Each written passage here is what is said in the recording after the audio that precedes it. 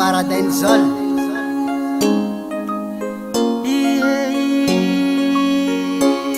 Pupupuy AZ Ghetto Pupupuy Polifoniriko tramzay toetrany lana Ianao mieritreritra hoe ianao atao kilala Kanefa raha mahafantatra fa mifoko ny akatiana Ka maray sorety fo aza vela itala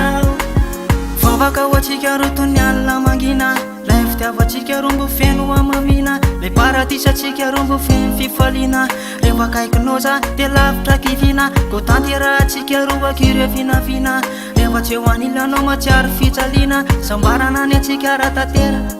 Meo anany tananao asiko peratsy Mole faniriko tramzay toetrany lana Ianao mieritreritra hoe ianao atao kilala Kanefa raha mahafantatra fa mifoko ny akatiana Ka maray sorety fo aza vela itala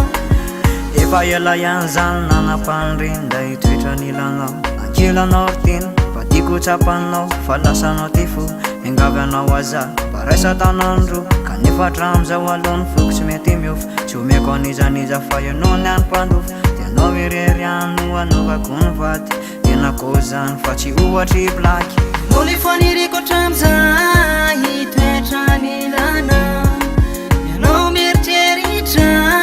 hoe ianao atao kilala Kanefa raha mahafantatra fa mifoko ny akatiana Ka maray sorety fo aza vela itala Tsy mety ho lany lay fitiavanao anatiko ny tsiry Ka mba raisy davelao alohany bandy ikafiry Fa ianao natsapako lay fitiavana hatrizay Ka ho alaiky vady ianao aleoko ziko mamanay Fa ny foko efa laovika avelao aloha iteny Hoe paradis angeny fiainatsika roroneny Ka ho alaiky vady ianao raha tomanaiky dia avy Mba ho asiko peratra ny tananao le akavy Yeah! Mole faniriko tramzay toetrany lana Ianao mieritreritra hoe ianao atao kilala Kanefa raha mahafantatra fa mifoko ny akatiana